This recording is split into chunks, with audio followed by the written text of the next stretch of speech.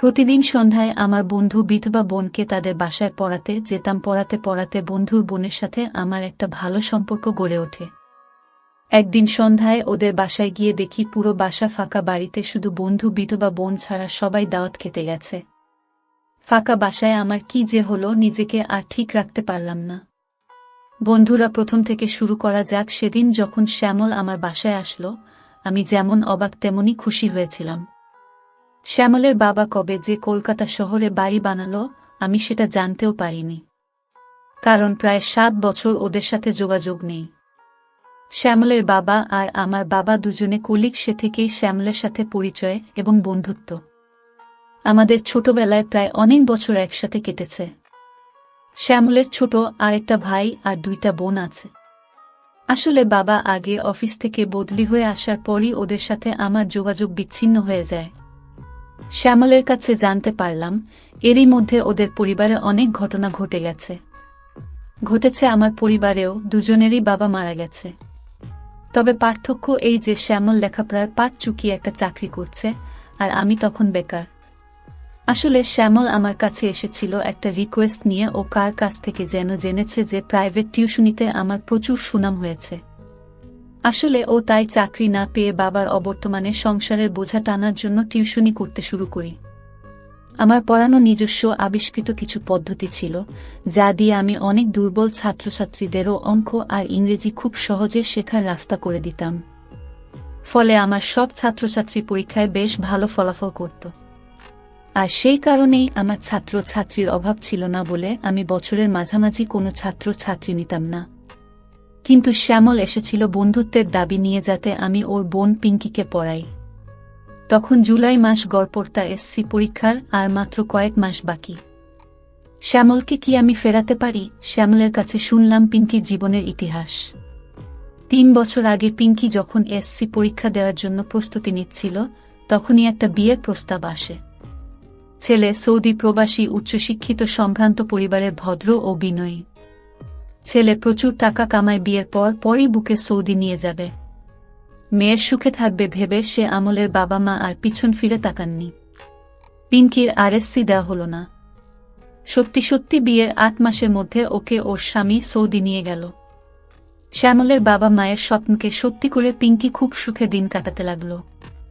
3 বছরের মাথায় ওদের একটা মেয়েও জন্মালো। মেয়ের বয়স বছর ঘুরতে না ঘুরতেই পিঙ্কির কপাল পুড়ল।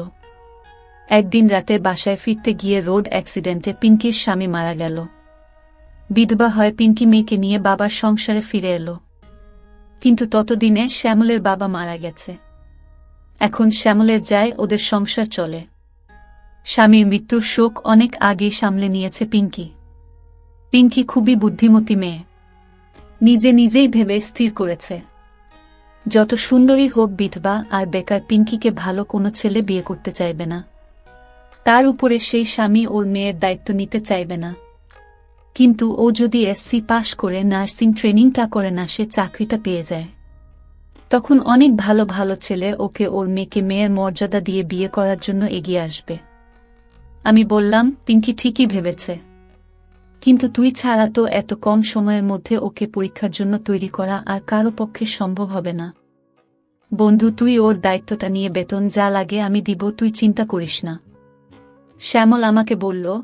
আমার হাত 2টা ধরে আমি একটু চমকালাম। শ্যামল আমার কাছে এসেছে বন্ধুত্বের দাবি নিয়ে, তাহলে একথা বলল কেন? ওকে একটু শিক্ষা দেওয়া দরকার। আমি উঠে রাগান্বিত স্বরে বললাম, ইনশাল্লাহ। ও তাকিয়ে ঢোক গিলল একটা। আমি বললাম, কি হলো? ওঠ শালা, ওঠ আর এক্ষুনি বেরিয়ে যায় এখান থেকে। শালা, টাকার গরম দেখাস না। এসেছিস বন্ধুর কাছে, আবার টাকার গরম দেখাস? তবে শালা, তোর বোন কি? আমার কেউ নয়। এতক্ষণে ওর ভুলটা বুঝতে পারল শ্যামলের। উঠে এসে 2 হাতে আমার হাত ধরে বলল, বন্ধু রাগ করিস না, প্লিজ মাফ করে দে, আমার ভুল হয়ে গেছে। আমি হেসে ফেললাম। বললাম, বয় ভিতরে গিয়ে ওকে নাস্তা দিতে বললাম। নাস্তা খেতে খেতে আমরা আরও কিছু গল্প করলাম। যাওয়ার আগে শ্যামল বলল, পিঙ্কির পুরো দায়িত্ব। আমি তোকে দিয়ে গেলাম। আমি তো শহরে থাকি। তুই যা বলবি ও সেটাই করবে। আমি বাসায় সেভাবেই বলে যাব। 7 বছর আগে তিনি যখন ক্লাস 9-এ পড়ত, আমি ওকে একবার করে দেখার জন্য প্রতিদিন ওদের বাসায় যেতাম। কারণ পিঙ্কি দেখতে পরীর মতো সুন্দর, 5 ফুট 6 ইঞ্চি লম্বা, টিকলো নাক, মুক্তদানার মতো দাঁত, আর হাসিটা যেন সব সময় চোখে লেগে থাকত। আমি মনে মনে ভালোবাসতাম পিঙ্কিকে। ইচ্ছে ছিল বড় হয়ে আমার অভিভাবকের মাধ্যমে বিয়ের প্রস্তাব পাঠাবো। কিন্তু এরই মধ্যে আমরা শহরে চলে এলাম, আর পিঙ্কির সাথে সব যোগাযোগ বিচ্ছিন্ন হয়ে গেল। আমার স্বপ্ন ভেঙে গেল। এতদিন পর আবার পিঙ্কিকে দেখার লোভে আমি পরদিনই ওদের বাসায় গিয়ে হাজির হলাম। গিয়ে যা দেখলাম, নিজেকে সামলানো কঠিন হয়ে গেল। পিঙ্কি অনেক বড় হয়ে গেছে, স্বাস্থ্য ভালো হয়েছে, ভরাট হয়েছে। মনে হচ্ছিল একটা পাকা বাচ্চা হওয়ার ফলেও আরও স্বাস্থ্যবান হয়েছে। গায়ের রং আরও ফর্সা, আর দেখতে আগের চেয়ে আরও অনেক সুন্দর হয়েছে। মনে মনে ভাবলাম, এখন চাইলে ওকে সহজে বিয়ে করা যায়। কিন্তু আমার মা কিছুতে একটা বিধবাকে বিয়ে করার মতো দেবেন না, সে যত সুন্দরী হোক না কেন। তাছাড়া একটা বিষয় নিয়ে শ্যামলের মা, আমার মায়ের মধ্যে একটা দ্বন্দ্ব আছে। কেউ কাউকে সহ্য করতে পারে না। সেজন্য আমি মাকে জানাইনি যে আমি পিঙ্কিকে পড়ানোর দায়িত্ব নিয়েছি। যাই হোক, আমি সেদিন থেকেই পিঙ্কিকে পড়ানো শুরু করলাম। শ্যামল আরও 5 দিন থাকল। তারপর ছুটি ফুরিয়ে যাওয়াতেও শহরে চলে গেল। আমি ওকে নিয়মিত পড়াতে লাগলাম, কিন্তু আশানুরূপ সাফল্য পাচ্ছিলাম না। তবুও আমি আমার সাধ্যানুযায়ী চেষ্টা করে যেতে লাগলাম। কিছুদিনের মধ্যে পিঙ্কির সাথে আমার দূরত্ব অনেক কমে গেল। পিঙ্কি পড়ার চাইতে বেশিরভাগ সময় আমার সাথে গল্প করে কাটাতে লাগল। পিঙ্কির সাথে গল্প করতে আমার খুব ভালো লাগত। দুজনে মনের দিক থেকে কাছাকাছি এলেও পিঙ্কি কখনোই আমাদের দুজনের শরীরের মাঝে দূরত্ব কমাতে চায়নি। আমি ওকে ছোঁয়ার সাহস করিনি। এভাবেই প্রায় কয়েক মাস কেটে গেল।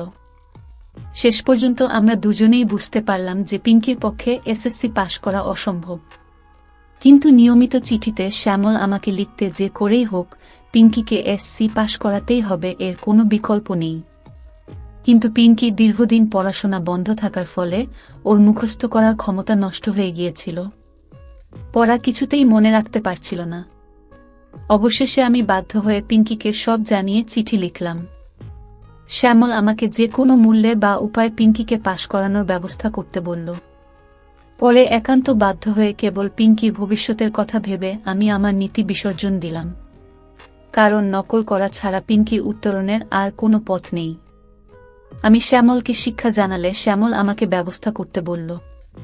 তখন দেশের বেশ কয়েকটি প্রত্যন্ত এলাকার পরীক্ষা কেন্দ্রে অতিরিক্ত টাকার বিনিময়ে দাসের নকল করে পরীক্ষা দেওয়ার সুযোগ দেওয়া হতো। আমি এমনই একটা স্কুলের সাথে যোগাযোগ করলাম। সেই মোতাবেক শ্যামলকে সব জানালাম যে পিঙ্কিকে প্রথমে ওই স্কুলে বিগত বছরের পুরো বেতন দিয়ে ভর্তি করাতে হবে এবং বোর্ডের টাকা দিয়ে রেজিস্ট্রেশন করাতে হবে। শ্যামল জানালো যে টাকা পয়সা খরচেও কোনো সমস্যা নেই, তবে উনি যেসব করার জন্য আসতে পারবে না, যা করার আমাকেই করতে হবে। আমি আবারও স্কুলে যোগাযোগ করলাম এবং স্কুল থেকে অতি সত্বর আমাদের যেতে বলল। আমি যেদিন স্কুল থেকে চিঠি পেলাম সেদিন ছিল সোমবার, পরদিনই ছিল রেজিস্ট্রেশনের শেষ দিন। সুতরাং যেমন করেই হোক বৃহস্পতিবারের মধ্যে পিঙ্কিকে নিয়ে আমাকে স্কুলে পৌঁছাতে হবে। আমি পিঙ্কিকে সাথে নিয়ে খুব ভোরে রওনা হলাম। আমাদের প্রথম গন্তব্য ছিল ট্রেনে করে জেলা শহরের কাছাকাছি একটা স্টেশন। সেখান থেকে আবার ছোট বাসে করে সেই স্কুলের গন্তব্যে যেতে হবে। আমরা দুপুরের দিকে ট্রেন থেকে নামলাম। ওখানে একটা লক্ষ্য যখন মাখা অতি পুরনো একটা বাস চালানো ছিল। ওদিকে ট্রেন ছেড়ে দিতেই বাসা ছাড়ল। বুঝতে পারলাম ট্রেনে আসা যাত্রীরা এই বাসের যাতায়াত করে, তাছাড়া অন্য কোনোভাবে দিকে আসা যায় না। বাস ইট বিছানো এই পদক্ষেপ বহিরাঙ্গন রাস্তায় হেলে দুলে চলতে লাগল। ভয় হলো আমরা ঠিকঠাক সময় মতো পৌঁছাতে পারব কিনা। যা হোক, কয়েক মাইল যাওয়ার পর রাস্তা ভালো পাওয়া গেল। বাসও একটু দ্রুত ছুটতে লাগল। পিঙ্কি আমার সাথে ট্রেনের সিটে বেশ দূরত্ব রেখে বসেছিল। বাসের সিটে ঘেঁষাঘেঁষি করে বসলেও এমনভাবে জড়ষ্ট হয়ে বসে আছে যে ইচ্ছে থাকলেও স্পর্শ করা সম্ভব না, আর আমি সে চেষ্টাও করব না। হঠাৎ করে দুপুরের কড়া রোদ নিভে গেল, বেশ ঠান্ডা বাতাস আসতে লাগলো বাসের জানালা দিয়ে। তাকিয়ে দেখলাম আকাশ বেশ কালো মেঘ জমছে। ড্রাইভারকে জিজ্ঞাসা করলাম আর কতক্ষণ লাগবে, সে বলল ঘণ্টাখানেক। কিন্তু বাসের গতি দেখে আমার সেটা বিশ্বাস হচ্ছিল না। আমার ভয় হচ্ছিল যে আদৌ আমরা আজ দিনের মধ্যে পৌঁছাতে পারব কিনা। যদি না পারি তবে তার চেয়ে খারাপ আর কিছু ভাবার থাকবে না। ঠান্ডা বাতাস আর বাঁশির দুলুনিতে আমি একটু ঘুমিয়ে পড়েছিলাম। হঠাৎ ঘটাং করে জোরে শব্দ করে বাস থেমে গেল। আমার ঘুম ভেঙে গেল। জিজ্ঞেস করলাম, কি হলো ভাই? কন্ডাক্টর বলো দেখছি। দেখে এসে বলল, মিস্ত্রি লাগবে। বুকের মধ্যে ধরাস ধরাস করতে লাগল। পিঙ্কিকে বেশ নির্ভর মনে হচ্ছিল। আমার উপর সব দায়িত্ব দিয়ে সে পরম নিশ্চিন্তে আছে। আমি বাস থেকে নামলেও নামল না। নিকটস্থ বাজার থেকে মিস্ত্রি এনে বাসটি করতে প্রায় 1 ঘন্টা লেগে গেল। আমরা যখন স্কুলে গিয়ে পৌঁছালাম তখন 5টা বাজে। স্কুল বন্ধ, আশেপাশে কেউ নেই। মাথার মধ্যে বনবন করে ঘুরতে লাগল। এত কষ্ট করে শেষ পর্যন্ত এই ফলাফল নিজের মাথার চুল টেনে টেনে ছিঁড়তে ইচ্ছা করছিল। পিঙ্কিকে মুখে কোনো কথা নেই। এতক্ষণে তার মুখে শব্দ ফুটল। দয়া করে সে বলল, ভাই স্কুল তো বন্ধ হয়ে গেছে, এখন কি হবে? মনে হচ্ছিল যে কোনো সময় ওকে ফেলবে। কি কঠিন মেয়ে রে বাবা, ওর ভিতরে এত দুশ্চিন্তা, অথবা সারা রাস্তায় একটা কথাও বলেনি। আমি ওকে অভয় দিয়ে বললাম, ভেবো না, আমার উপর ভরসা রাখো, একটা ব্যবস্থা আমি করবই। শ্যামলকে আমি কথা দিয়েছি তোমাকে পাশ করাবি, এত সহজে তো আমি হার মানতে পারবো না। ওর মুখ দেখে মনে হলো ও আমার উপর ঠিক ভরসা করতে পারছে না। বন্ধ স্কুলে বোকার মতো দাঁড়িয়ে থাকার কোনো মানে হয় না। আমি ওকে সাথে নিয়ে স্কুলের আশপাশের সবচেয়ে বড় বাড়িটা খুঁজে বের করলাম। তারপর ওদেরকে বললাম আমাকে স্কুলের হেডমাস্টারের বাড়িটা চিনিয়ে দিতে। ভাগ্য ভালো যে প্রায় মাইল খানিক দূরের হেডমাস্টারের বাড়িতে গিয়ে ওনাকে বাড়িতেই পাওয়া গেল। উনি আমাকে ঠিকই চিনলেন, কিন্তু অফিস সময় শেষ হয়ে গেছে জন্য রেজিস্ট্রেশন করাতে রাজি হল না। পরে আমি ওনাকে রেজিস্ট্রেশন ফি ছাড়াও কিছু অতিরিক্ত টাকা দিতে চাইলে রাজি হল। জানতাম যে স্কুলে টাকার বিনিময়ে নকল করে পরীক্ষা দেওয়ার সুযোগ দেওয়া হয়। সেই স্কুলের শিক্ষক আর কতটুকু নীতিবান হবেন, উনি আমাদেরকে সাথে নিয়ে স্কুলে এলেন। হ্যারিকেনের আলোতে ফর্ম ফিল আপ হল। সব কাজ শেষ করে উনি আমাদেরকে বিদায় দিলেন। তখন রাত প্রায় 8টা বাজে। আমরা যখন স্কুলের বাইরে এলাম তখন পুরো আকাশ মেঘে ঢাকা। রাত 11টায় তাই লাস্ট গাড়িটা ছেড়ে যাবে। দেখলাম স্কুল থেকে বড় রাস্তাটা বৃত্তাকারে অনেক ঘুরে গিয়েছে, আধা ঘন্টায় সে রাস্তা শেষ করা যাবে না। এদিকে আকাশ ঘন মেঘে ঢাকা, মাঝে মাঝে বিজলি চমকাচ্ছিল। হঠাৎ করে বিজলির আলো দেখলাম স্কুলের পিছন দিক থেকে একটা মেঠো পথ মাঠের মাঝ দিয়ে চলে গেছে। দূরের বাস স্টপেজটা ওখান থেকেই দেখা যায়। শর্টকাট দিয়ে গেলে বড়জোর 20 মিনিট লাগবে। আমি পিঙ্কিকে নিয়ে সেই শর্টকাট ধরে জোরে হাঁটতে লাগলাম। ক্ষেতের আইল দিয়ে পায়ে হাঁটা মেঠো পথ। আমরা প্রায় অর্ধেক এসেছি। তখনই বল বল ফোঁটায় বৃষ্টি শুরু হলো। আমরা আরো জোরে হাঁটতে গেলাম, কিন্তু সেটা আর সম্ভব হল না। বৃষ্টির পানিতে মেঠো পথে কাদা হয়ে পিছলে হয়ে উঠেছে। কয়েক মিনিটের মধ্যে হাঁটাই কঠিন হয়ে উঠল। আমি পিঙ্কিকে জুতা খুলে হাতে নিতে বললাম, কিন্তু তবু পিঙ্কি ঠিকভাবে হাঁটতে পারছিল না। আমি আর দ্বিধা না করে ওর একটা হাত ধরলাম। আমার হাত ধরে হাঁটতে হাঁটতে হঠাৎ পিঙ্কি পা পিছলে গেল। আমি দ্রুত পিঙ্কিকে জড়িয়ে ধরে পড়ে যাওয়ার হাত থেকে বাঁচালাম। বিজলির আলোতে দেখলাম পিঙ্কি অবাক হয়ে আমার মুখের দিকে তাকিয়ে আছে। বৃষ্টি ভেজা ওর মুখটা শিশিরে ভেজা জুঁই ফুলের মতো লাগছিল। ক্ষণিকের জন্য খুব লোভ হলো আমার। অনেক কষ্টে সেটা গোপন করে ওকে টেনে সোজা করলাম। তারপর আবার হাঁটতে লাগলাম। বন্ধুরা, পরের পর্বে বলবো গল্পের বাকি অংশে। আজকের মতো এ পর্যন্ত। কেমন লাগলো আজকের গল্পটি তা কমেন্ট করে জানাতে ভুলবেন না। সবাই ভালো থাকবেন, ধন্যবাদ।